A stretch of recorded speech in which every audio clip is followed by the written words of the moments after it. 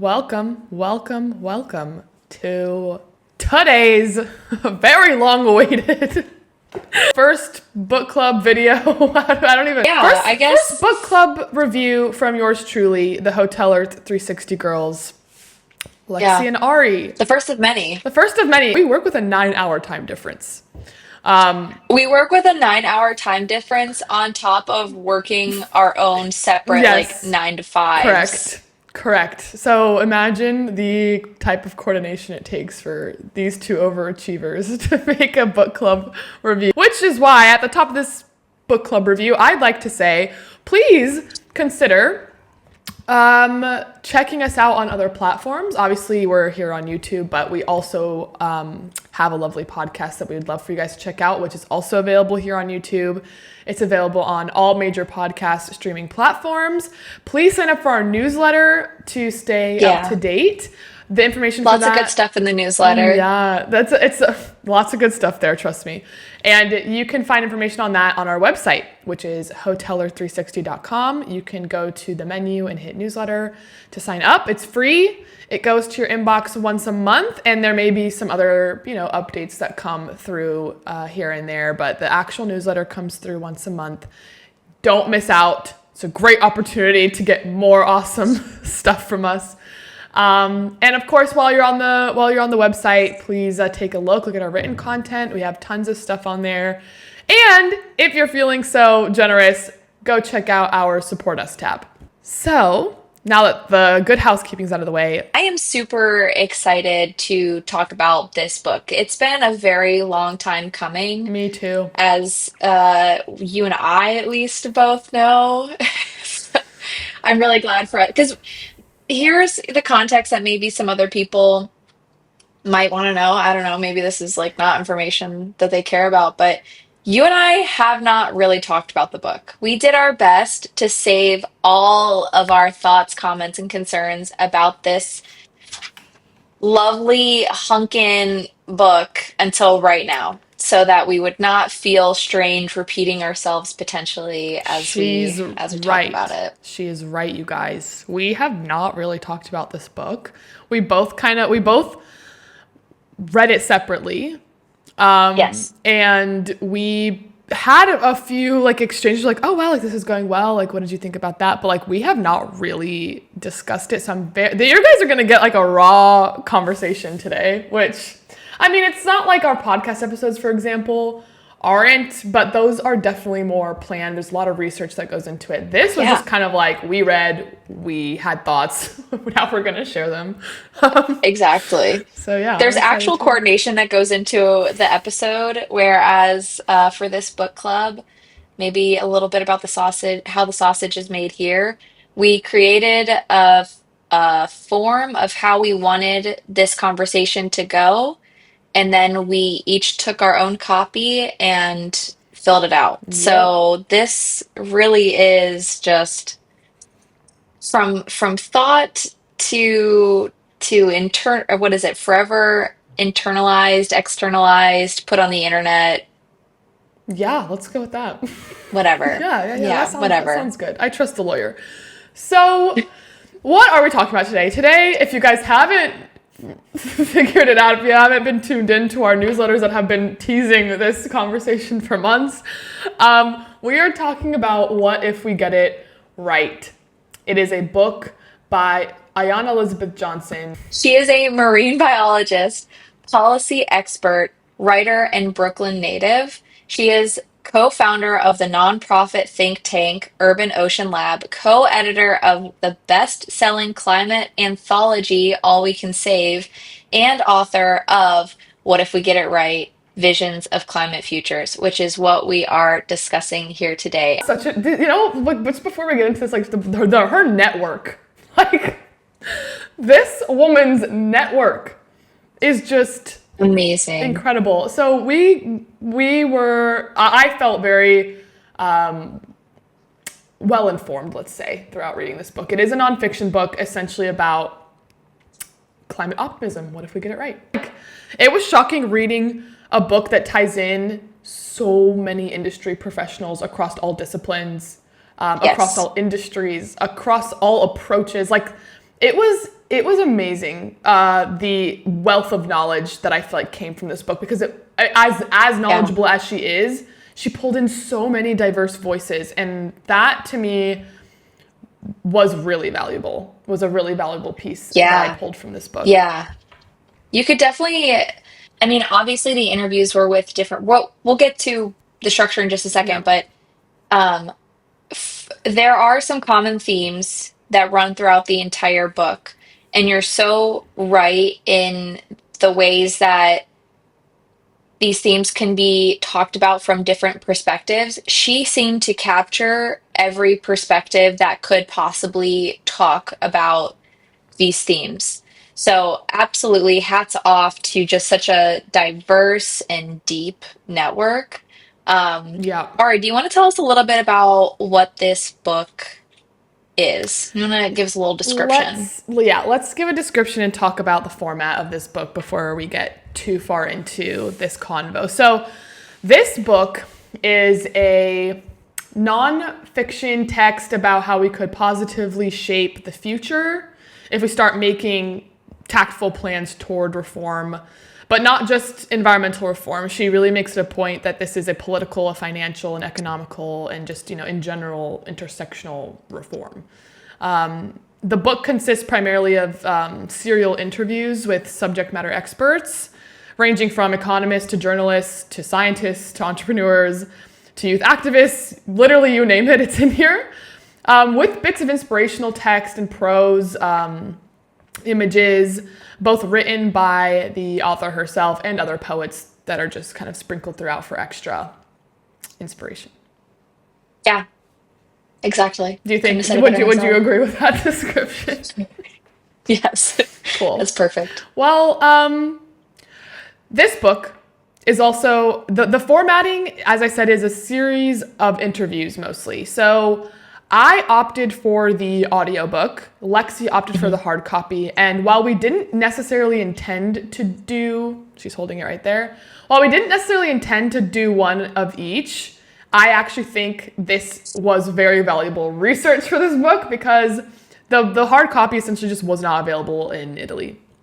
Yeah. So Ayana, if you're listening, I will buy it. I will read it again. I will read the hard copy. But I'm really glad I listened to the audiobook, actually, because it was set up as a series of interviews. So it was kind of like listening to a bunch of really good podcast episodes, because she does record all the interviews. They're not just written, and she's not just like, it's not just a narrator reading through each interview. Like, each interview is recorded as a podcast. It's put in the audiobook form. So I will Mm. say that given this book is dense with information, however, some of that does get a little lost in the audio form, in my opinion. Just in case you like lose your train of thought or listen to more than one interview per day. It can get lost a little bit. I also may just have some sort of attention deficit. I don't know. I'm just not used to audiobooks. I'm much more Yeah. like habituated to the physical copy. But that's one thing I'll say about my experience with the audiobook. I loved it. It read really, really easily because it was interviews. However, I guess you could lose some of that dense information in it. And it's so funny that that is your perspective because that was my concern. I loved the hard copy of this book. It is definitely super information dense, but I don't think that the audiobook would be a bad route for some people. For example, it's gonna really just depend on what you want out of this Yeah. experience. If you're looking for an introduction to these concepts, and maybe you just want some hope core, I think the audio version is perfect for that. It's a big book. It's what, like just shy of, no, it's 400, to say, it's just shy of 300 pages. No, this is a 433 page book. It's So 21 it's hours in big. audio form. Yeah. Like, So if you wanna move through it a little bit quicker and you just want to get the vibe and the lay of the land, I think audiobook is perfect. But if you want to read the footnotes and you want to go through it and put sticky notes on ideas to try or things to research more, because this book contains a lot of resources, then I think a physical copy is the only way forward. Like, there are so many, as you can see, tabs that I put in this book, and half of them are not for the purpose of us discussing it. They're actually just ideas and websites and other things that I saw that I thought, Yep. wow, that would be great to circle back to. You should see, like, I took notes. So I listened to this book. I made it kind of like a habit every morning when I went on my morning walk. I would walk for like an hour, listen to an hour of the book. And it would just be so funny because like I thought it would be something that I could just like, la la la, like walk and listen. And no, like I had my phone out every 2 seconds taking notes on my about this book because it was just a fountain of information. I just couldn't not want to jot some of that stuff down. And obviously, luckily, we have these books, we can refer back to them, but it was definitely helpful to like take down a few timestamps that I found interesting that I kind of wanted to refer back to. So yeah, you definitely it's information dense. That's what we both have to say. Fountain of information, more like fire hose of information. Pressure Not to wash, deter, like skin cutting off. that's not to deter anybody. Let me just say, like, there's so much information, but this should not go over anybody's head.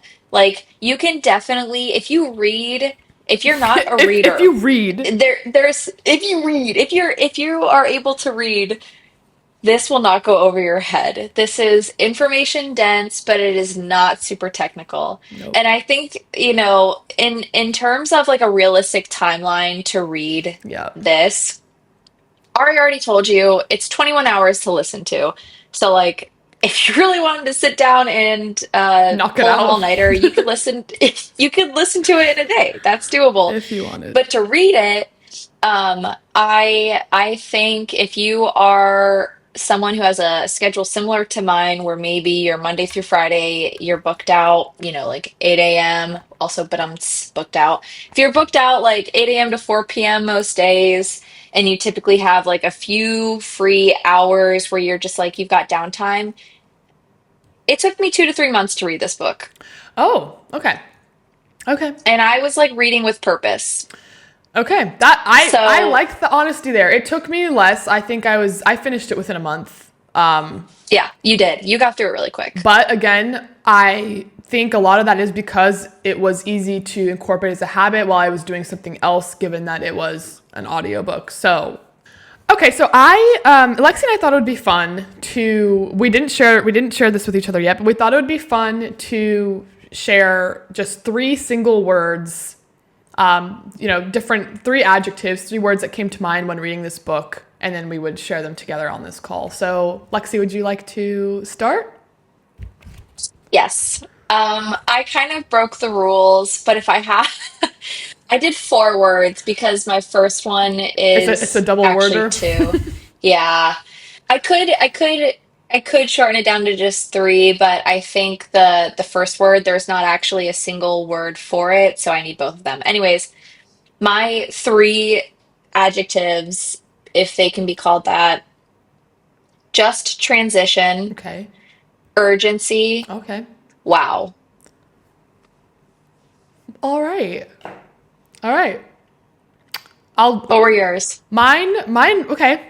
Mine were different. Visionary for the first one. Interdisciplinary. Did I say that right? Interdisciplinary. I think I stuttered. That was perfect. No, that was perfect. You said it right. Interdisciplinary and actionable, which I guess kind of goes with the urgency. Wow. But yeah, those were the 3 I came up with. But I really liked your wow. Is wow a real word? I mean, it counts for me. I'm just not sure if Webster would agree. But you know what? Webster's not here, so it's cool. So, But before, sorry, I do have one quick go, last comment go. before we get into the actual breakdown of this book. And it's that I think this book made me realize that quantum physics must be real because this, we might possibly be living in one of the worst timelines. Like, it's kind of crazy how reading this book really is hope core. This book really is nonfiction hope core that we can do all of the things that we need to do to not spiral out and have a lot of extinction take place. But also, it's crazy that we're not really making progress happen fast enough. And sorry, I had to like say that at the tops of Right. these She's right. All I'm sections. gonna say is she's absolutely right. Lexi knows I'm a bit of like I just like talking about quantum physics and all the possibilities and the infinite planes. The fact that she just weaseled that into this conversation just made me so happy. But I also thought not that it because would she's right. definitely give Because me a like kick. after learning about all the things we could be doing, I'm just shocked. Wow. Basically. Wow. Visionary. The main kind of purpose of this book, as Lexi mentioned, is I think it's mostly hope core. My notes on this were that I just think the main purpose of it was to deliver facts of our current reality facing the environmental crisis and then show how we can tackle the issue using an interdisciplinary approach, industry by industry, to demonstrate how this is a collective and intersectional effort, and to show that while it may be hard work, it absolutely can be done. Yeah, for sure. I completely agree. No notes. This book was broken down into 8 sections. All right. So the 8 sections are as follows. The first is possibility. The second is replenish and regreen. The third is if we build it. The fourth is follow the money. Five is culture is the context. Six is changing the rules. Seven is community foremost. And eight is transformation. So within each section, they have a collection of these interviews, the poems, and other writing. So, table of contents wise, as we're going through this, just know that each section possesses the interviews and other information relevant to that topic. Start talking about number one, which was possibility. Go on, lead us through. I think for me, this section really is inspo. Like, this is the inspiration section of the book. It's very appropriately placed at the beginning. And personally, I will be going back to this section probably for the rest of my life whenever I am in need of refocus, recentering, however you want to frame it, just to remember why we are literally fighting for our future. I think it gives a really good, like, actionable beginning to connect the reader actually to this book. If you don't think that climate action is relevant to you as a person, this section will make sure that your mind is changed about it. And at one point, I wrote, like, we can't cut off our nose to spite our face because the first big pill to swallow when reading this book, but also when I think talking about um, climate change, is that there there will be trade-offs, especially in the beginning, because we just don't have some of these like institutional structures in place to not have trade-offs. A really good example of this for me is the circular economy. Okay. So that's what I thought about this first section is like impactful moment wise. Yeah, so no notes on that. I actually I had a lot of the same similar takeaways. Just as an addition, one of my most impactful moments from this section was a statistic actually that I'd like to point out. Goes a lot with how Lexi was saying this section was mainly inspiration.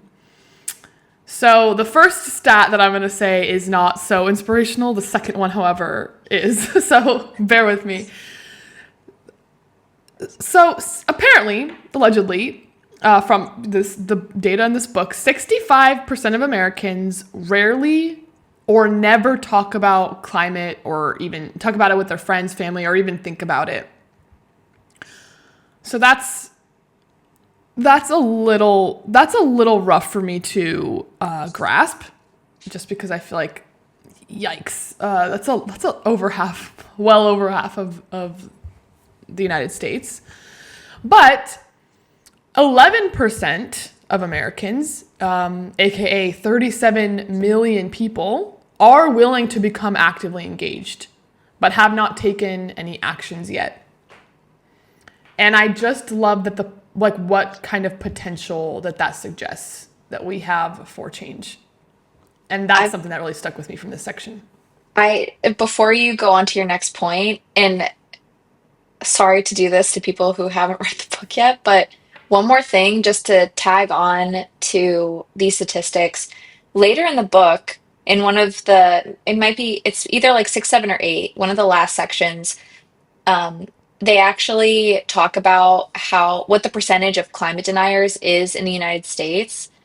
So while 65% of people you said might not, only 65% don't talk about it. Don't talk about it, or So rarely talk about it. 65% don't or rarely talk about climate change, but it's between 10 and 14% of Americans are climate deniers.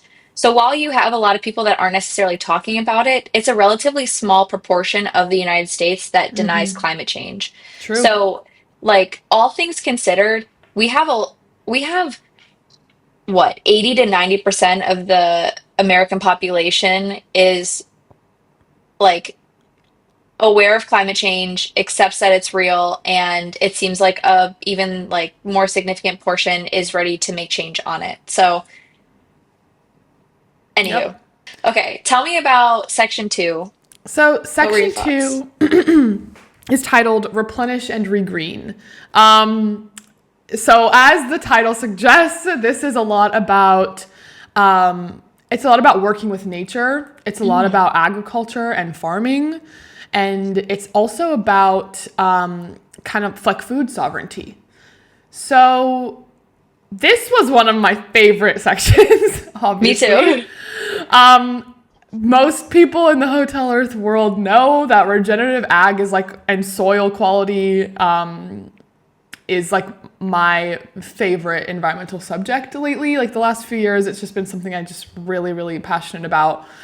So I loved this section, in particular, like the Go Farm Young People interview with Brian Donahue. I just have, I mean, again, I could talk about it a lot. I could add a lot of stuff here, but basically, just go read or listen to that interview, please. It's basically about how farming is kind of a dying industry, and it's kind of staying just at the top with these big farming and agricultural conglomerates. And young people, it's really important that young people get involved into this industry like we used to. It used to be family, the kind of like humble beginnings, family run. Everyone was participating, and it was also a lot about community. It was a very like Yeah. kind of collective effort amongst communities and amongst people, and it's a kind of a lost art in a way. I mean, I know that there's a lot of efforts to keep this going, but that interview, absolutely love everything about it. So go listen to that for sure. And another thing I found really interesting about this section was from the first interview of the section with Yeah. Judith D. Schwartz, where she does a call to action for looking more at nature-inspired solutions to not just, taking care of soil and taking care of agriculture and taking care of the earth in general, but just using that as like a kind of approach to a lot of different framework. Like it's not just she wasn't even framing it in just this kind of like replenish and regreen sense. It also could be used when we approach things like even like biomimicry with technology and things like that. So I Yeah. found that really, really interesting, and in particular her example about reindeer unintentionally like helping keep the snowpack in. Yes. That was so And cool. it was really cool. So anyway, really, really loved those two interviews. And there's a lot to take from those. I have to add on that this section is all of these sections, spoiler, really harp on community. But I think this section in particular, it's more about agency because community Oh. doesn't just happen by accident. It's like the collective, individual actions that we all take that makes it worthwhile. For example, Go Farm, in the interview with Brian Donahue, the Go Farm Young People, he talks about how we can't think of farms even necessarily as just being like one family. We need to think about them as maybe being like six or seven Yeah. families or less. Like the number doesn't necessarily matter as much as it takes each of us contributing to these spaces, but there should be a lot of us contributing to these spaces, whether it's on a physical farm in a more rural context or even in our own community gardens in our urban spaces. It's supposed to be each of us bringing our own strengths and abilities and participating. So I really think the one quote that really like brings it together for me was if each of us embraces a sense of agency and realizes that what each of us does matters, restoring the world's ecosystems and cycles of life can begin right where you are for any of us. So that Yeah, I was love like that. my overarching like umbrella of this section. And I think Brian Donahue's section really harps on that the most. The tie-in of Black land ownership, Yeah, man. and I don't think we can talk about this section without saying how important it is for people of color to be able to own land, especially in the United States, where so many, if not Especially agricultural majority, land. majority of black owned farms, black owned land generally has been taken away from them. And actually talk about it in property law. We talk about it in like environmental justice law spaces, how uh, land owned by black families has really taken like a nosedive from where it was in like the 60s, 70s to where it is right now. I would be remiss if we didn't bring up the fact that Black land ownership is really part of the solution. Like people of color owning land is part of the solution for replenishing and regreening. That was a really powerful section, section of this section for me too. Also, Yeah, because I feel like it's not talked about enough. no. So um, the third section is called If We Build It. And I think this one is okay. So for me, I think the section we just talked about, section two and section three, were probably my two favorites. Okay. Um, just because I before going to law school, I really thought that maybe I would get a master's in urban and regional planning, and this section is really about design, and that's the part of urban planning that I personally really loved. Um, and I think that one of the really quotable parts of this section that kind of captured for me what it was about was that we might be living in the last generation of architects who matter for um, like resiliency, climate change, like environmental justice, that whole like collective idea. Not to be like doomsday, but we are really at the point where if we do not make these changes now with this generation, it's going to be incredibly difficult to turn this bus around. And There are two questions that the section begins with that I think are really important for everyone to consider. The first is, what if we value culture as a form of resilience? And that's looking to the ways in which communities have dealt with the climates that they live in forever. Like, what if that is how we look at designing our infrastructure? And the second was, what if we deconstruct instead of demolish? I think Ari and I have talked about this. I don't know if we've talked about it on the podcast or if we've just talked about it personally, but a lot of times it seems that when we are trying to fix our problems, we have a tendency to just like tear it all down and start from scratch. But the more we build with the idea of let's use what's there and only deconstruct when we have to, I think the better off we'll be with our resources and also just with our space in general.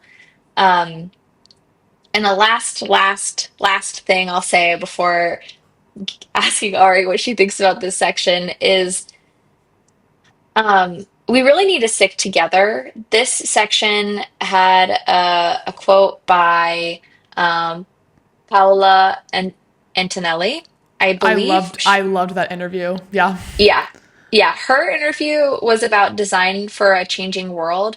She says, you feel a different sense of responsibility. All of a sudden, you start being mindful about what you bring home. You start pushing back on packaging at the supermarket. You start saying, I want less of this. Design happens not only in with the objects, but also very much with interfaces and policies. Design lives in each component of these large infrastructures and ecosystems, so we can deploy it in all these different ways when we try to address the environmental crisis. Mic drop. She was an Italian subject matter expert, so that was really fun for me.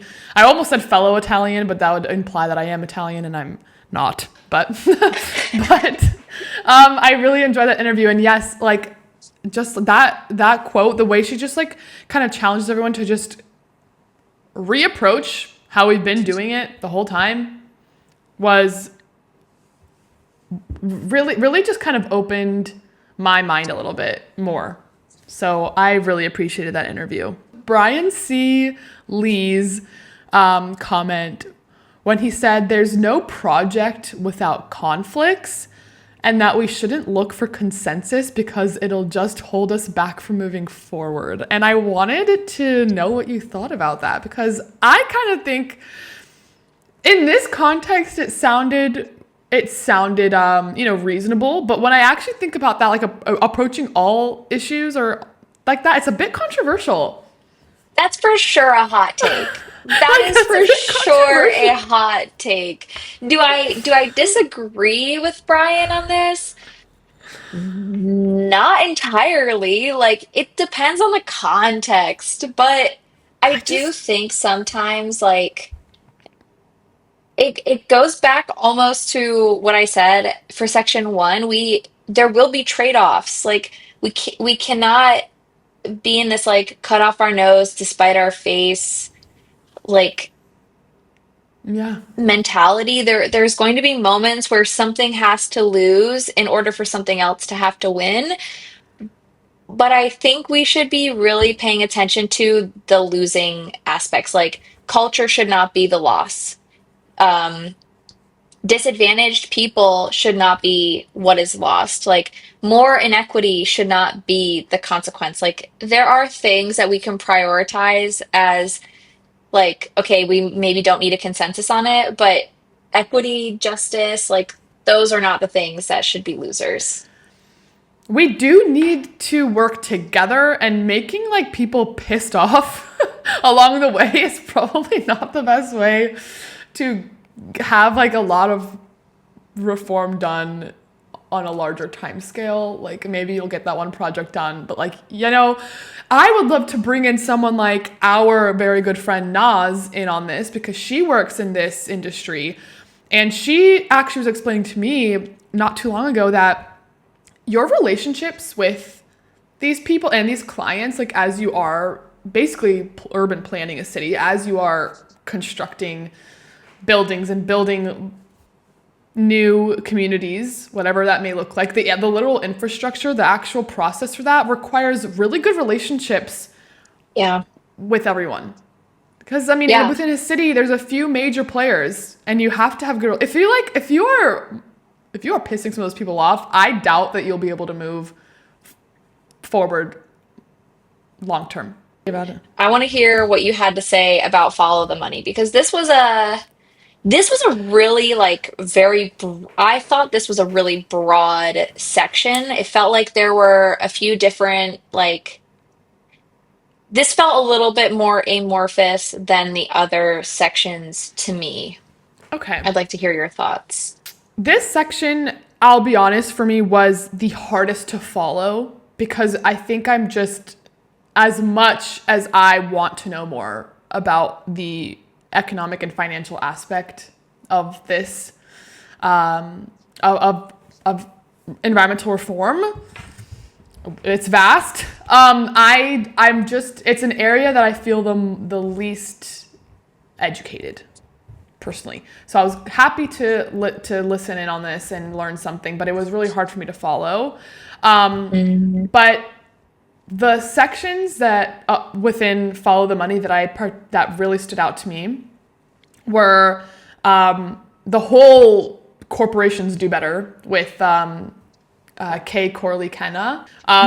That is something that Lexi and I have been calling for on within our little platform for a long time. Since the birth of Hotel Earth, that Yeah. has been one of our major CTAs. And I know it sounds ridiculous and it's easier said than done, but sorry, like break it, buy it kind of like mentality. Like if you're going to make a mess, like you need to clean it up. And corporations are just so used to wiping their hands clean or like paying off a settlement that they're just like they're not taking care of their messes. Yeah. As consumers, as people that live in a society that is, under the guise of democracy, when corporations are in fact controlling a lot of it, you need to know this information.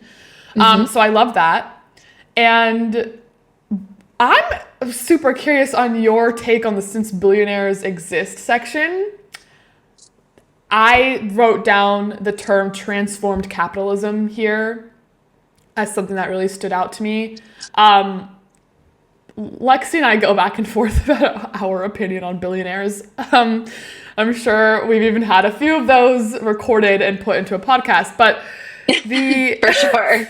the transformed capitalism comment in the Since Billionaires Exist interview with Regine Clément was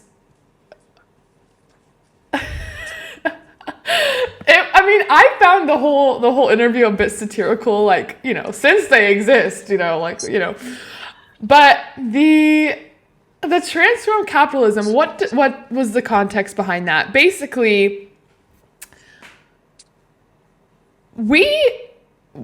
capitalism isn't necessarily the enemy, but the way that it has brought some people such immense wealth and the wealth gap between now what we have billionaires and basically everybody else, and including a very, very, very, very low even socioeconomic status now. The gap is just so obvious, so blatant, that why can't we use that kind of win to global advantage? Now, that's a hot take. I know, because a lot of people say, well, they earn that money and that's theirs to do what they want. But I just think it's something to consider. Like when you make that much money from the world or from tax breaks that, the government may have given you. I mean, you didn't get there on your own. It's like, why can we not find a way to harness that wealth for good? I actually really liked this interview, and I think it's an important one to have because billionaires aren't going away in our lifetime, at least. And that's not me trying to be like we shouldn't have billionaires. Like, I don't know that I have a really strong opinion on like whether or not billionaires They should or should should not exist. exist. Yeah, I don't care. My biggest thought, which comes up in this interview, is that, or I guess it's like more my take on this interview, is that we need to have better and new moral norms around and towards capitalism. Because right now, the reason the like existence of billionaires is harmful to all of us, like the rest of us that are not billionaires, the 99% of the world that are not billionaires, the reason that's dangerous is because we have a model of consumptive capitalism and a model of capitalism that thrives and only exists through like the burning of fossil fuels, like point blank period. That Yeah. is why it is problematic. And when we have this cult, we right now currently our morals around consumptive capitalism allow this to exist, and we act like it's normal and we act like it's the status quo because it is, but that's not normal and it's not doing us any favors. So I actually thought like what this what this interview really talks about the most is that there are people with a lot of wealth, billionaires, who are more interested in a regenerative Regenerative. that word. It's tough. Thank you. They're more interested in a system that regenerates than they are in this symptom of pure consumption because they realize, light bulb finally went off for some people, that if we just continue to consume, we will eat ourselves out of house and home. There will be nothing left to consume. So But if we have yeah. a regenerative system, they can continue their wealth in perpetuity like they probably want, um, like any of us would want. Like, who doesn't want generational wealth? It would, like, we want our future people to have something to consume. And I think this interview talks about people who are doing more to make sure that that happens. Yeah. That's my Yeah. take on that interview in particular. That's great. Really Did great you have any insight. other thoughts about this section? Well, just kind of bouncing off your idea again is just I love the idea of the regenerative kind of model to this, like regenerating wealth for generational wealth. But I just wonder, do billionaires actually care?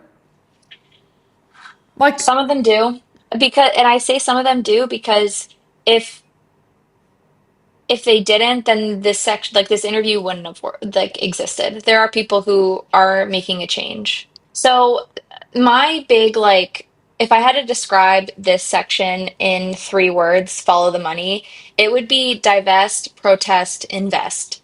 Because what we need to do first and foremost is for our companies to stop killing us with their passive money deposits.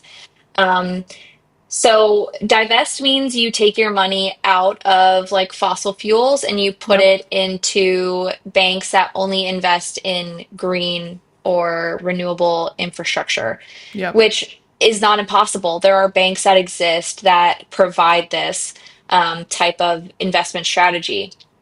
Why I think it's not popular is your return on investment is currently significantly higher. Actually, I wouldn't even say significant. Your return on investment historically was yep, higher with fossil fuels.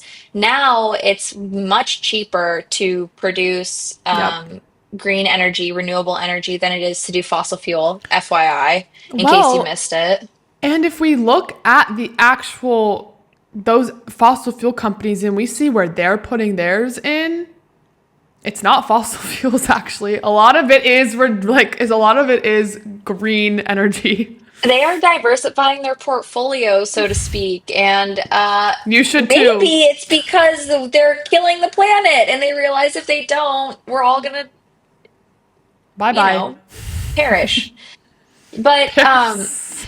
So what a nice euphemism for Yeah, blow I up. try. You know, I'm not trying to get flagged for any kind of like Right. crazy.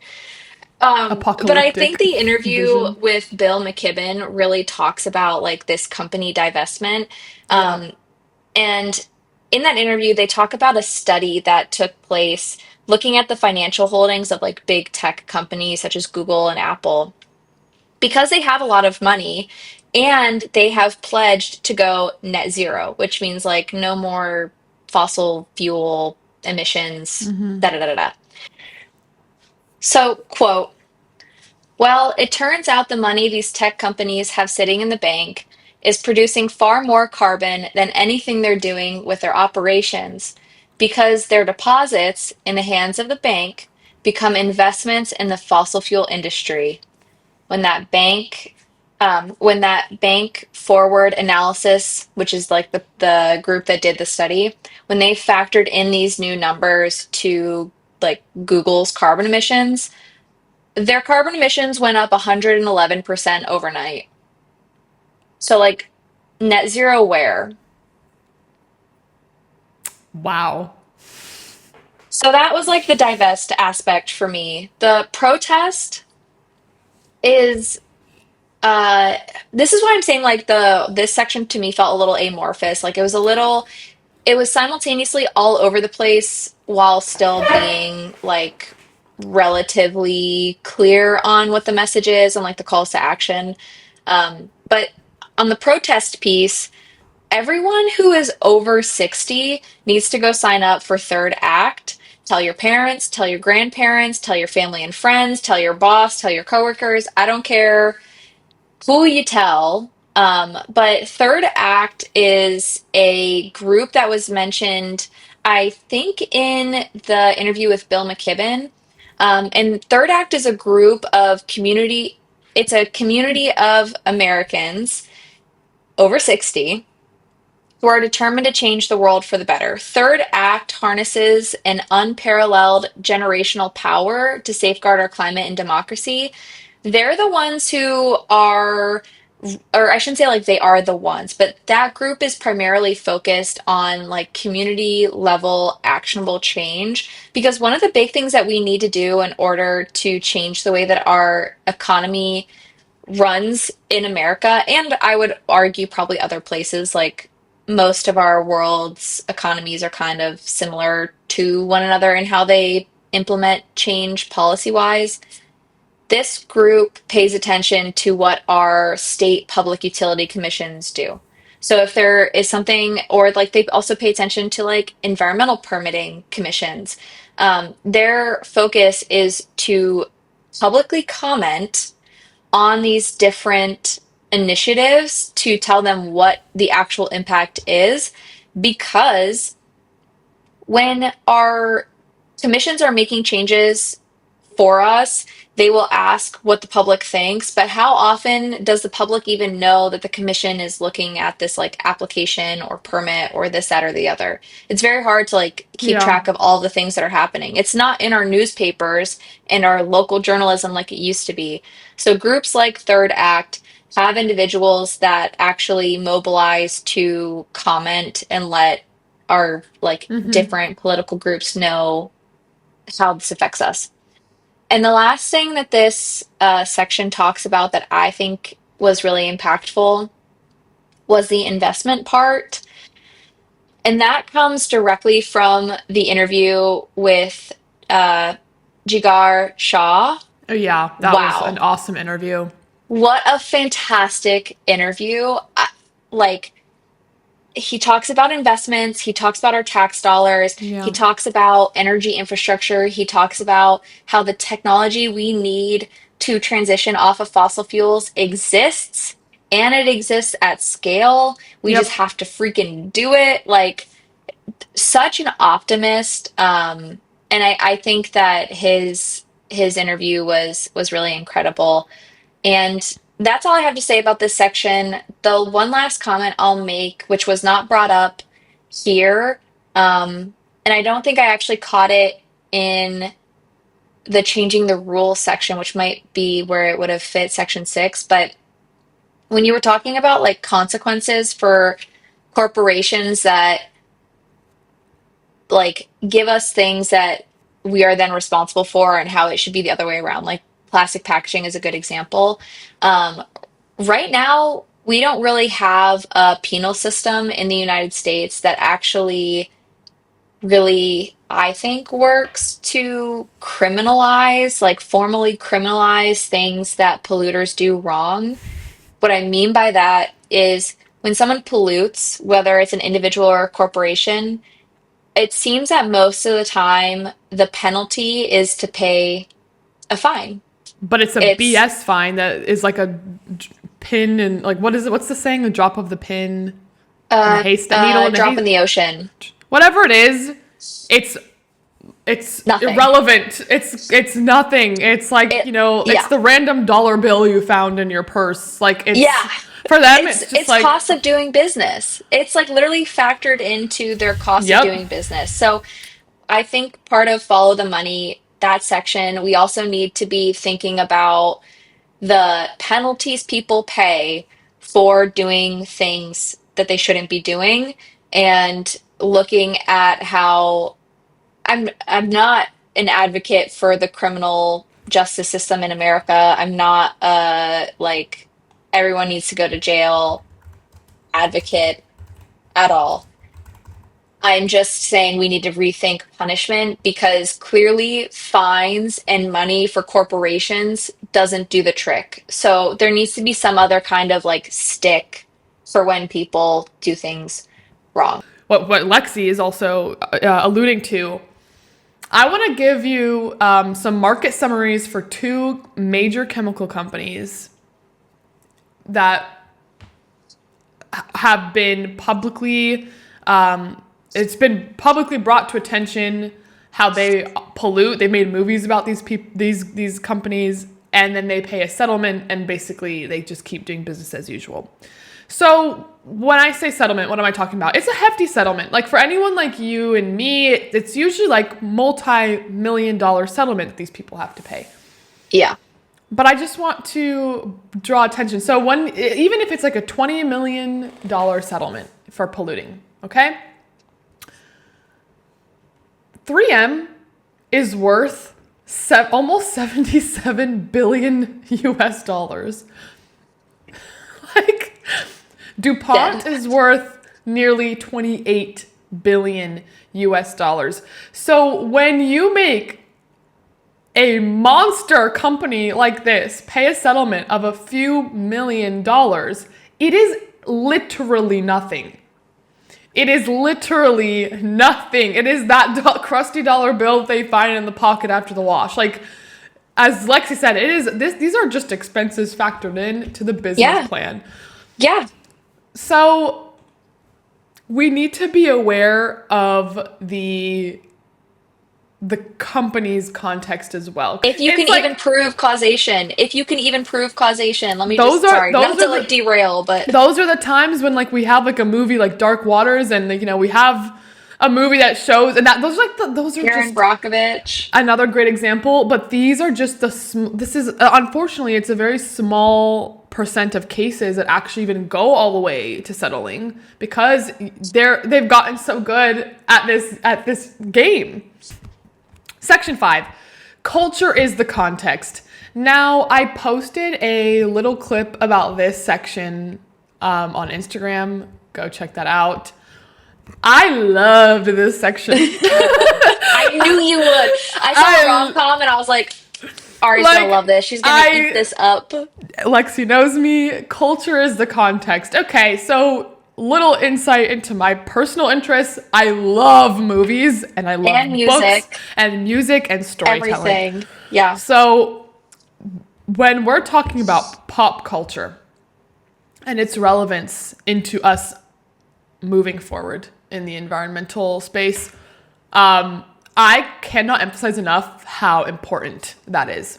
How many Yeah. of you can't wait for like that next Sabrina Carpenter drop? Like how many of you can't wait for Chappell Roan. Yeah, Chappell Roan. Can you name us like an actor who's like popular right now? Like what? Like Jenna No, I Ortega, can't actually. Timothy I don't Chalamet. know. You guys were all There we waiting go. at the edge of your seats for these people to be in a new movie. First subsection of this section. I Dream of Climate Rom-Coms is an interview with Franklin Leonard and Adam McKay, which both are in the film industry, particularly in producing films. Adam McKay is the producer for a movie that I think a lot of people probably already know about. It was kind of like viral for a hot second. Don't Look Up, which is a kind of satirical telling of what is going to happen to us if we don't start paying attention to climate science. Highly recommend you watch.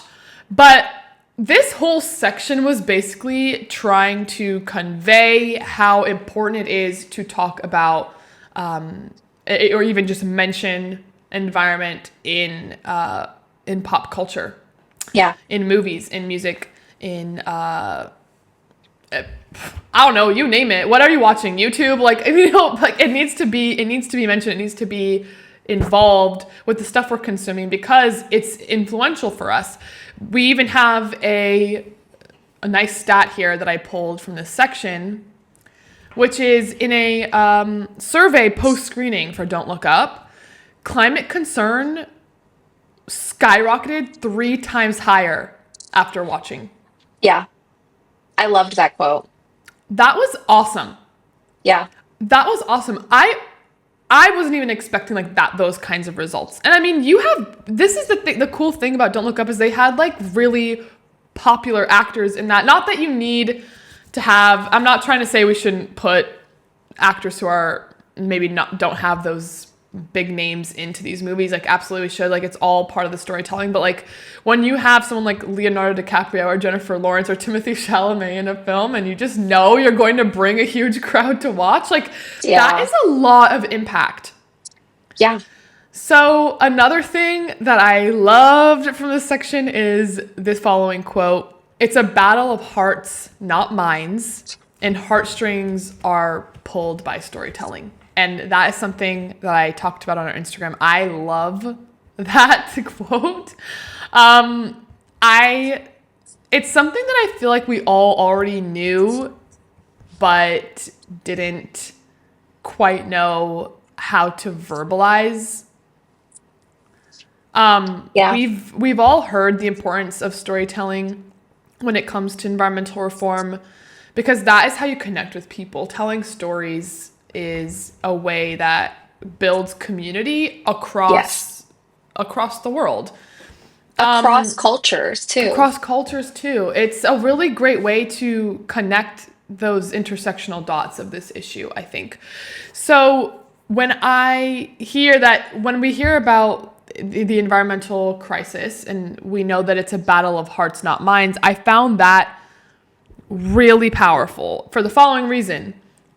I know myself, I have been approaching this much more from like the mind battle. I'm trying to show people, when I'm talking about this, I'm trying to show people statistics. I'm trying to show people the logic, the practicality of it. It's cheaper to do this. It makes more sense to do this. We need to consider the science. When in reality, all of that has been long proven. And as you mentioned earlier, people aren't denying that stuff. It's not a matter of the knowledge. Like we already have enough of that data out there. What it is about is how does it affect you, like your ethos? Like how does that make you feel? And we need to harness more of that sentiment because that's what makes people. If I think about when I really take action on something, it's because I feel something for it. I feel passionate about it. So I'm really glad that you focused on like the storytelling aspect because truth be told, I kind of figured you would. So I focused on the part of this section that really talks about like who our narrators are in the media. Um, And before I really get into that, I think like the overall idea for this section to me was that art imitates life, But we are only just now seeing the consequences of climate change. So it seems that it's really taking a while to catch up. And part of that is that like climate change is this like ominous, slow moving creature, but it's got 100 years on our asses. Pardon my French. Like she might be slow, but she started 100 years ago. And we, in the last, like, if we start in the 70s, if we give ourselves like that much time, it's only been like 50 years that we've like really started to catch up. That's not necessarily from the text, but that's just my thoughts. That's Lexi. That's just Lexi. That's just Lexi. And as an illustration of this like art imitates life idea, I want to actually pull out an example from the I Dream of Climate Rom-Coms interview with Franklin Leonard and Adam McKay. Franklin says how compelling or Ayana says compelling and cool is really important to telling our stories, right? And Franklin says just look at the Scully effect. Something like 2/3 of women in STEM during a certain period of time in the Oh last yeah, 20 years cite Dana Scully from X Files as an that inspiration for was them. that was so awesome. That Two was thirds of the women in STEM yeah. being like, I saw this girl on TV and I wanted to be like her. Yeah, like this is It's why it's real. important to tell these It's real. stories in our media and like have it be a it needs to be a constant reminder. We cannot continue to live in a world in which climate news is only 1% of the stuff that we consume. It needs to be more. It literally needs to be more. I won't harp Well, on that too much, but did you have like a point you wanted to say about that? I first of all, thank you so much for bringing that up. Awesome example. And I also something else to pull from the Scully effect as well is representation, because the world it does Chills. You not can't come see him. from 'Cause I'm wearing long sleeves. Chills. the world does not just is not just of One middle-aged type of white dudes. person. Yeah, like it's like we have a whole globe of full of people who probably really just need some inspo to get involved. And that inspo literally could be they see themselves in a movie they love, or they see like they see some kind of like reflection in themselves in something that they're Yes. watching or listening to or reading. Like Yes. representation is huge. You know, a couple of quotes from this section. One is, as a society, we have not grappled with the reality in which we live. We have not grappled with it as individual human beings, nor as an industry. And Hollywood is a part of that failure. I don't think I need to say much more about that. It's pretty self-explanatory. Like, we're ignoring. It's the Don't Look Up of it all. Like that's why Don't Look Up was so popular because it was so funny to be like, there's you can see it you can see the comment coming. Sorry, spoiler, and people are like, just ignore it. The second like aspect of this that I really wanted to hone in on is probably best summed up by this quote here. The fact that the media, the way we communicate collectively, has been entirely privatized and is entirely driven by clicks at this exact time, that we need collective, honest communication is troublesome. Like, let's take the rom-coms and the movie and the music out of it. Like, even our local journalism Yep. is not actually local journalism, and this section really talks about that. Yep. Second, this these ideas, like culture is the context, this bleeds and kind of like leads us into the next, like the last few sections of this book. Culture writes our politics. This will bleed into our politics. Most bills, as this section pointed out, aren't written by Congress people. They start with lobbyists or think tanks or your local knitting Yep. group. Yep. What we care about in our community, in our households, in our friendships, that is what we care, what shows up in our political, larger national spaces. And one last little thing about this section before we move on to section 6 for me is Ari, did you catch the interview uh Kids These Days with, yeah? Did I had a you? couple things to say about that one and the interview with Kendra Pierre Lewis as well. Okay, cool. But I what I about I it? just we September 20th, 2019, Ari and I went to a climate protest together, and it's actually the exact climate protests that are talked about in this book. It was such a full circle moment. I don't know if you realize that. No, I didn't. Did they talk about Yeah. Tampa? No, they didn't talk about But were Tampa they the ones that organized it that or organized something? it. Yeah. We'll post a No fucking picture. way. Ari, like the impetus to Hotel Earth 360 basically shows up in this book. Like, I wonder if we hadn't gone to that protest, if we hadn't mobilized ourselves in that way, like, what would our environmental journey have looked like? I don't We'll know. have to put a picture in here. It We makes me will. wonder what other people's climate activism journeys will look like. Is it going to start at a protest? Is it going to start on a podcast? Will it start with this YouTube video? Will it start with this book? Yeah. I don't know, but You culture is d- the context, and it really does all matter. we need to prop people up to for the leap. That protest is definitely was one of my props. Same. I had no idea. I did not put that together. That must have been me spacing out on the walk. The Yeah. thing that I had to say about that interview is the sacrifice that young people are making for this movement.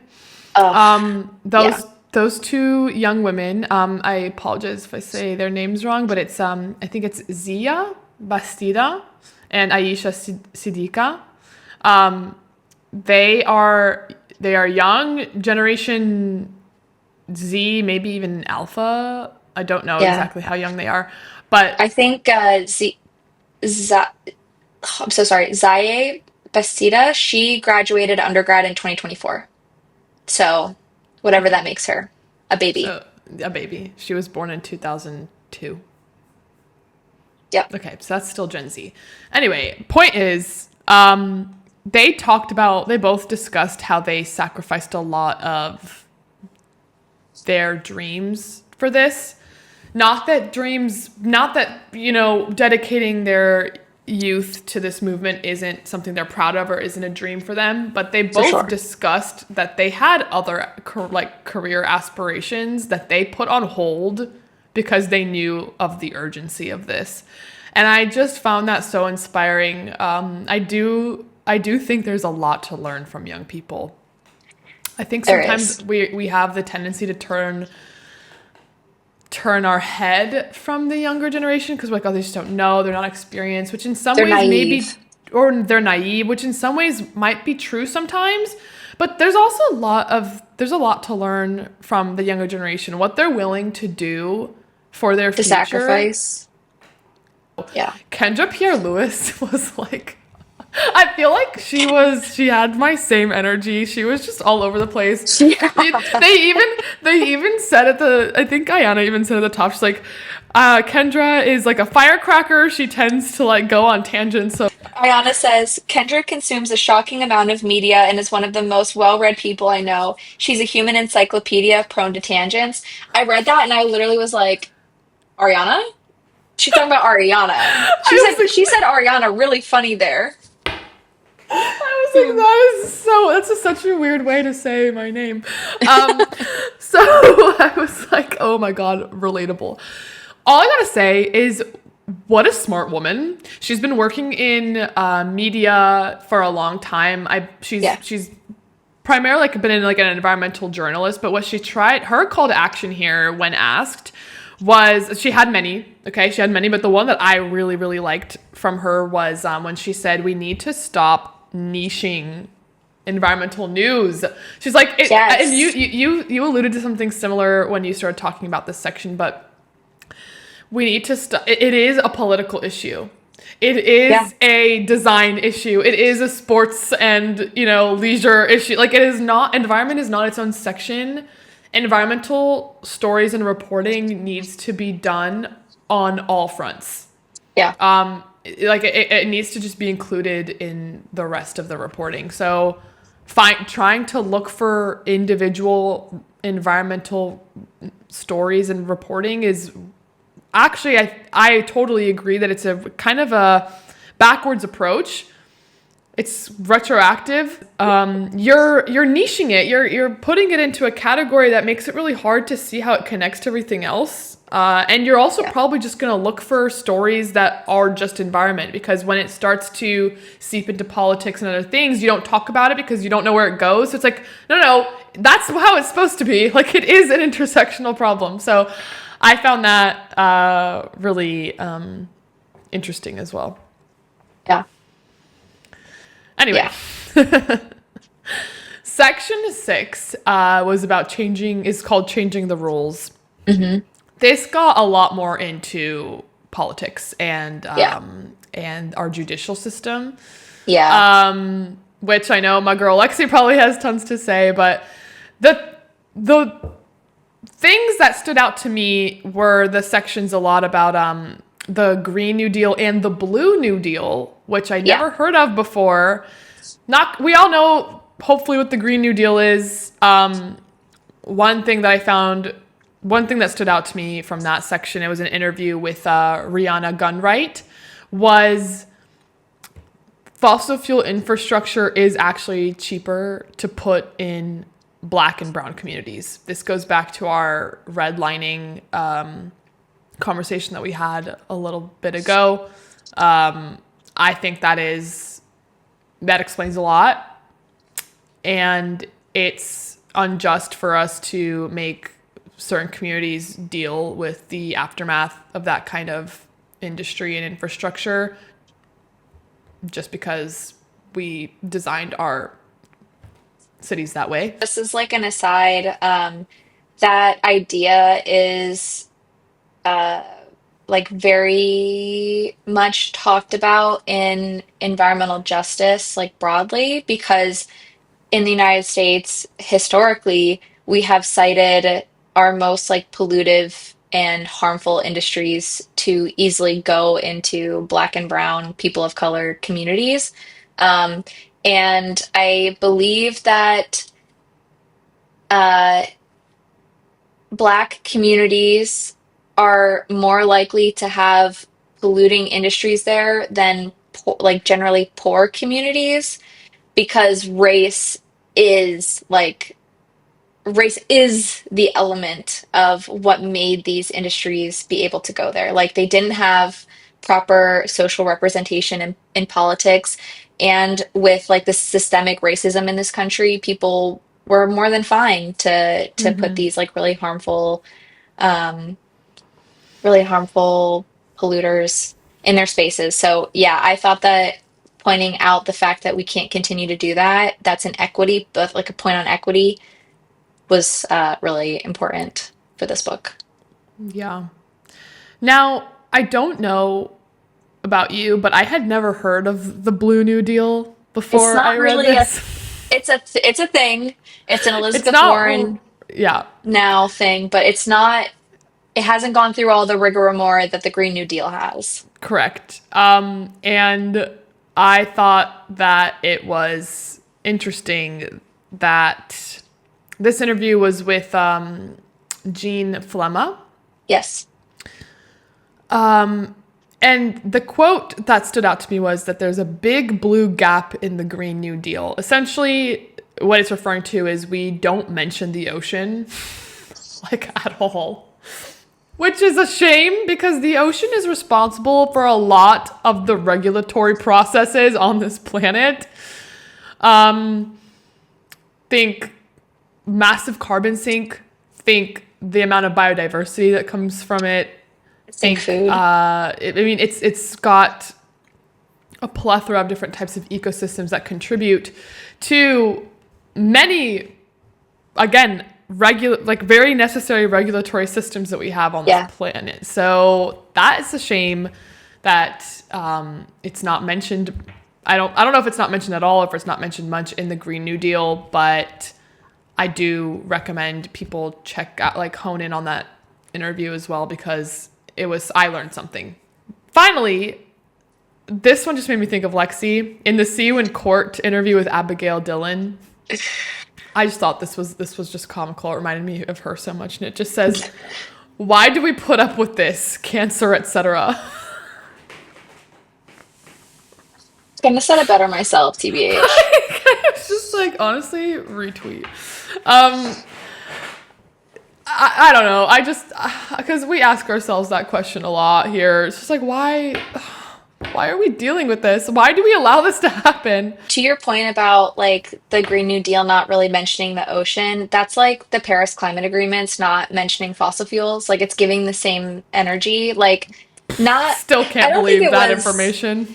yeah, I don't think it was necessarily as intentional as like the Paris Climate Agreement was. Like there's a duh, of course fossil fuels weren't mentioned. Like we weren't ready to stop suckling off of fossil fuels at that point. Yep. Um, but here I feel like maybe that wasn't the exact like one-to-one comparison in terms of forgetting, but that's all I'll say about that. I have like just like three quick points about this section. Okay.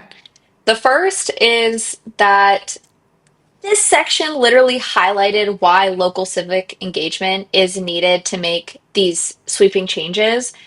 And there is no like national silver bullet. If we do not start doing stuff at the local level, we are not going to be able to make the changes that we need. So changing the rules is going to start at the very like grassroots level. That's what this section like really drove home for me.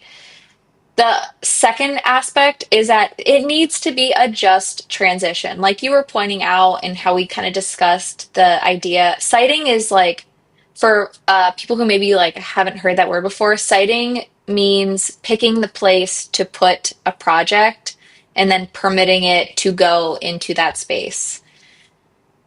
We have to be more intentional about where things go, and we cannot continue to pollute communities that are already heavily polluted. Like you can't just say, "Oh, well, the industry's already there, so let's keep doing it."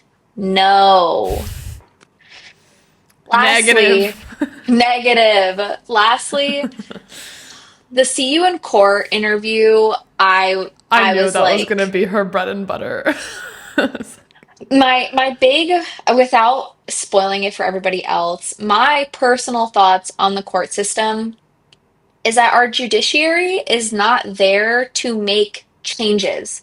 We do not make change through the court. That's not how it's supposed to work. Change is supposed to come through the lawmaking process, and then the court is supposed to be the backstop for when we don't do that part right. So we have to be really careful on relying on the courts to make these changes. You can, like, we see it now in America when it comes to, like, I hate to be like, it's the conservatives because that's not the best description, but people will understand what I'm trying to say. The Conservative Party has been using our Supreme Court to make change. They've been using the court to upend and reinterpret things from how we historically have done it. And that's kind of like the theme of the Supreme Court for anybody who's unfamiliar with their shenanigans. Like, that's just what they do. But we need to make sure that our rules are sound and just, because then when like lawsuits do make it to the court system, the court will have nothing else to do but to make sure that it is equitably and justly enforced. So that is what I will say about the court system and this section in particular. I thought that it really summed up why we need to be like paying attention and being engaged civically. It doesn't always need to be going to a protest. It doesn't always need to be calling your senator or calling your congressperson. It looks like engaging in your community Yep. first and foremost. And knowing what you can do. There's something Yeah. from this section that really blew my mind, actually, was the how much we don't know that we could be doing. Yeah. If you're living in a country that is a democracy, you have rights to participate. That's And kind of the whole point. it's the whole point. So I kind of fear that's kind of the whole point. don't think that like it's just up to the politicians and the lobbyists to be handling this stuff. Actually, as Lexi said, it starts from those community level grassroots campaigns, book club. It starts from your knitting ladies. Like it comes from community, and it starts there, and you need to know what you're capable of doing legally within that system. Snaps. No notes. Anyway. Okay. Section 7 Oh. is community foremost. This one, I found this one sad. This The one. poem by Steve Cannell, This Living Earth, made me cry. Um, Maybe because it just like caught me at the perfect time to make me cry. I don't know if Ari, like if you found it as sad as I did. I cried many But times throughout this book. So, but yeah, I don't know if that was just a me problem though, but it did pull on my heartstrings, so to speak. it did. And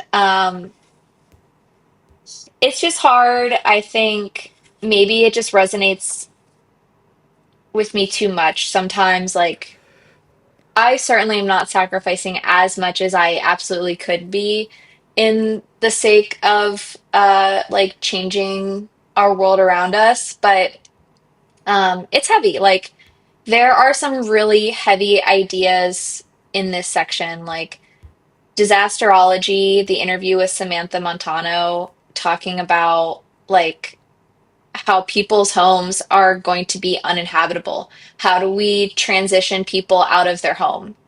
And then also, like, what does home even mean? When the interview with like Colette Pichon Battle, like, what is home? Is home a physical location? Should we be helping people? It's like this fight or flight take on it. I don't think that's how it's necessarily described in the book, but like as these spaces change due to climate change, are we going retreat? That's what it was. What does retreat look like? What is maybe even equitable retreat? Should we be helping people stay in these places because it's their homes? Is home actually even a place? Like a lot of ideas really grappled with in this section. And also, let me put myself on blast.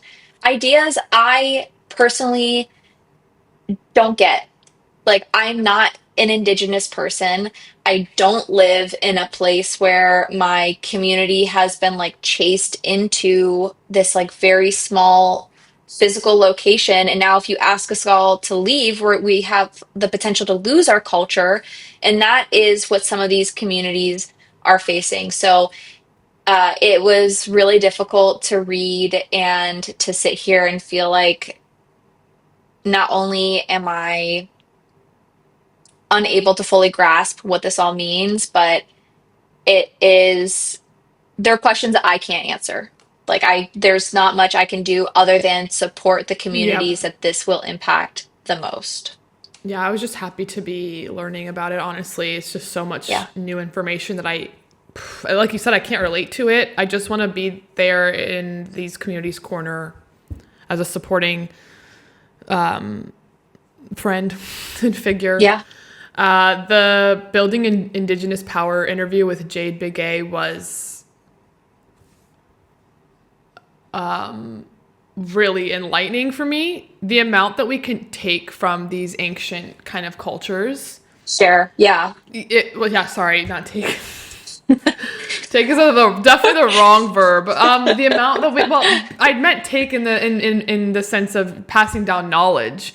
And dispersing it, like making Yeah. it more common. Yeah. Yeah, and applying it to how we move forward. That was really, really enlightening. But also she said some super interesting stuff about being changing how much she wants to change her lifestyle to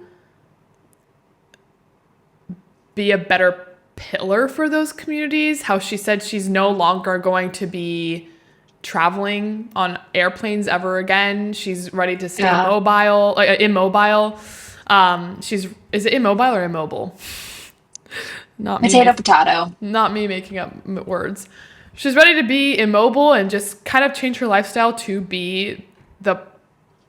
put all of her, I guess, time and energy into creating that kind of like sedentary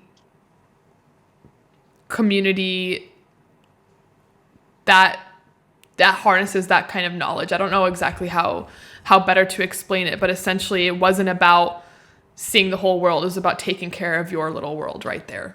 And I feel like if we had more of that across the globe, we would actually see a lot of really positive change.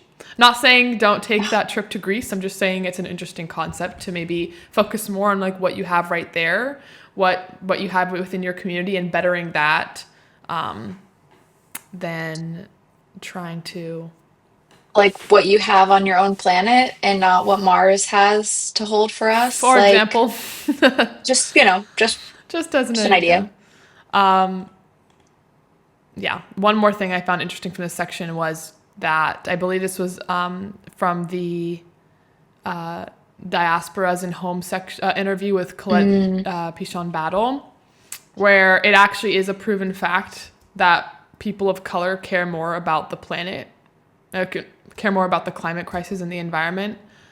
I don't know how they pulled that information, but I found that it was just another thing I just didn't know, and why we need to be really taking care of those communities and not just keep dumping fossil fuel infrastructure in them, because these people Or actually really forcing them out of care their about homes. these people really Yeah. care about it, and harnessing those communities for lifting them up and like Yeah. letting their voices be heard.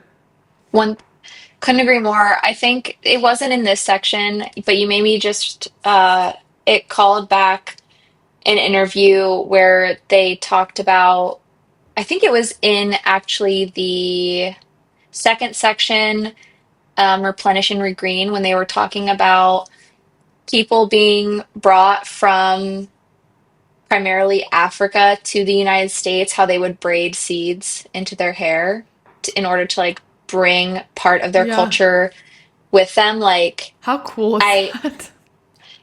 and it also is, I think it's so relevant to the diasporas and home interview. Like, yeah, people, people have got to read this book. People have Yeah, got to read this book. basically. Okay. Now, moving on to our final section, which is transformation. I don't have many individual notes rather than just this is where all of the disciplines that are brought up in this book are finally brought together to tell a story of what if we get it right. That Ayana Elizabeth Johnson actually tells us the story of her vision of a positive climate future at the end, using all of the information and knowledge that she gathered from all of her lovely Yeah. interviewees and pulled them in and told a story of her vision of the climate future. And it's beautiful. It was It is beautiful. beautiful. It was long. It was long, Yeah. but it was really optimistic. And I was really happy to read it, because it did actually inspire one of our episodes of the podcast. The final episode of our plastic season, The Future of Yeah. Plastics, was Yeah. very much influenced by her telling of a climate future. So I am appreciative of it. I did think it, you gotta bunker down for it. You have to, it's not something you can just like breeze through. You gotta sit there for the 45 minutes to an hour and like, Think about it. yeah, you need to meditate with on it. it. You need to meditate on Yeah. it. It's a lot of information, but yeah, I mean, I loved it. I loved how in the end we finally saw, I mean, throughout the book we see how all the intersectional, interdisciplinary parts to this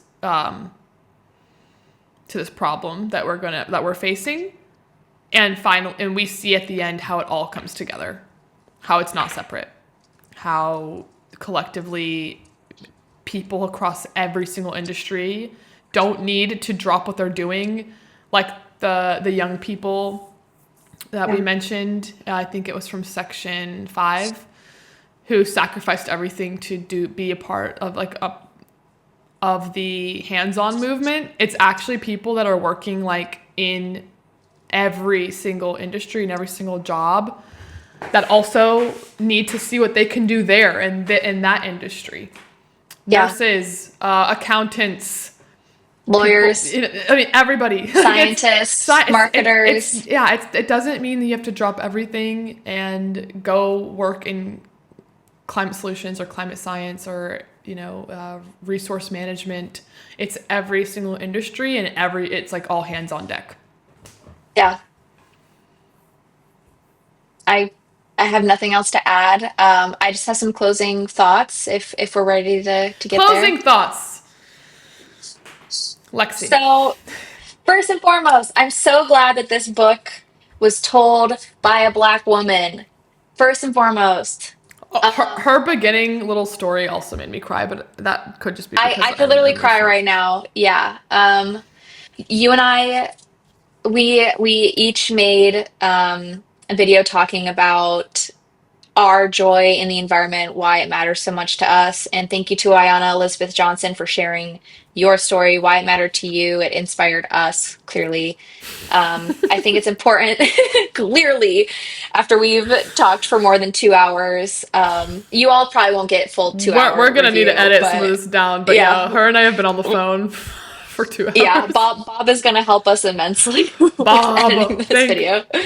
thank Literally, God for Bob. thank God for Bob. I'm glad this book was told by a Black woman. Black voices in this space need to be elevated. And, Kimberly Crenshaw is the one that actually coined the idea of coined the idea of intersectionality in the environmental space. And it is entirely tied to the female Black experience. So, how appropriate that an intersectional book is written by and told by a Black woman. Um, First and foremost. Second, Almost. I think for all of this book has, it needs every section. All of the sections are incredibly important, and I don't think that this book would be the same if Ayana had gotten rid of one of them. Hot take. Agree with me, disagree with me, read the book, and then we can have a conversation about it. I do think there are some really common themes that run throughout the entirety of the book: community, justice, equity, culture. Like, I don't think there was a single section where all four of these topics weren't either directly or indirectly covered. And you know what? They should be covered in Yep. every single section. The Yep. reason we are in the pickle that we are is because we haven't paid attention or given the time that these topics deserve in our like planning and dispensing doing of this great American international culture, whatever. And you know what? While Ayana doesn't necessarily say this, each section reaffirmed for me that none of this can happen without all of us.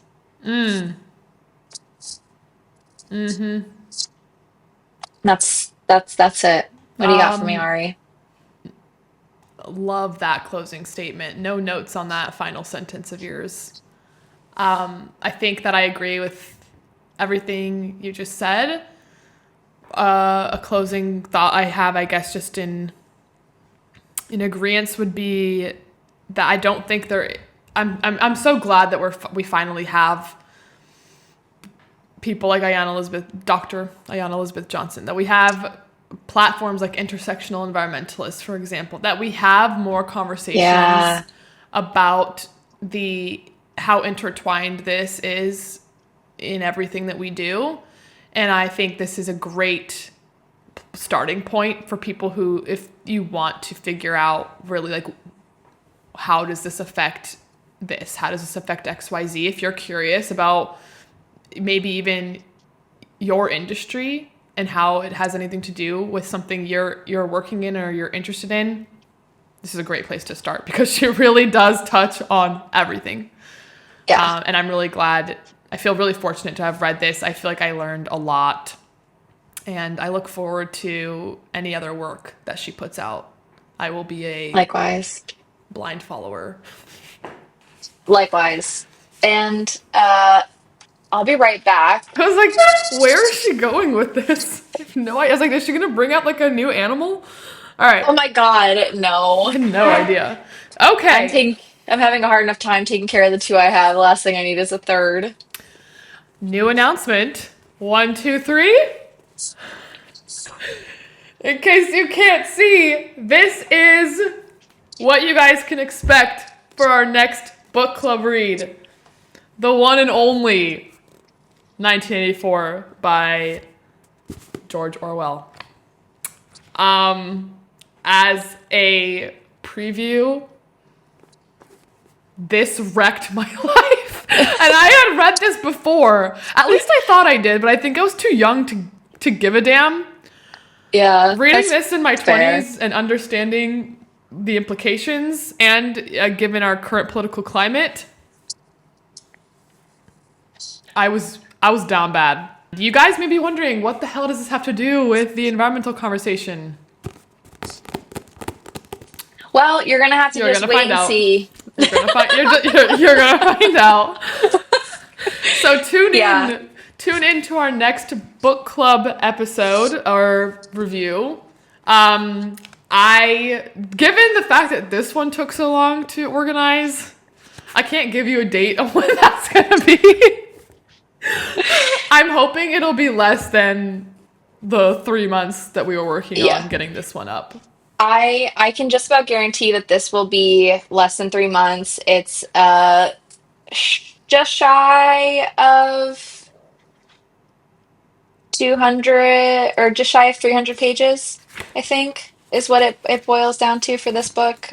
So it's long, but it's not that bad. I And mean, I'm just for a also, size comparison. yeah, there you go. I'm also kind of counting on many of our book club people having already read this. Yeah, it's a classic too. It's a So classic. everyone's heard of this book at least. And if you don't get any climate stuff out of it, then we'll tell you. We'll bring that piece for you. But yeah, Yep. I don't know exactly how long the final edit of this will yeah, be, but thank you for sticking around this long. We seriously hope that you have either already read What If We Get It Right and you tuned in and yeah, enjoyed this conversation, or B, you haven't read it yet and we just inspired you to go read it. So either way, please let us know. Again, you can reach us on our contact page of our website, hoteller360.com. All of the ways to contact us are there. And yeah, we look forward to seeing you guys in yes, the next installment of Book Club. And yeah. our Which next season of small Hotellers Podcast. teaser? I don't know how much of a teaser it is because this book covered so much, but one of the sections in What If We Get It Right really inspired season 2 of Hotel Earth's next podcast. So. But in the meantime, go listen to the Plastic Season, again, available on all major podcasting platforms and on YouTube if you prefer to watch. Tons. If you think plastic has nothing to do with you, think again and go listen. But Yeah. on that note, thank you guys for listening. We will see you guys soon. Ciao. Ciao. Bye. Bye.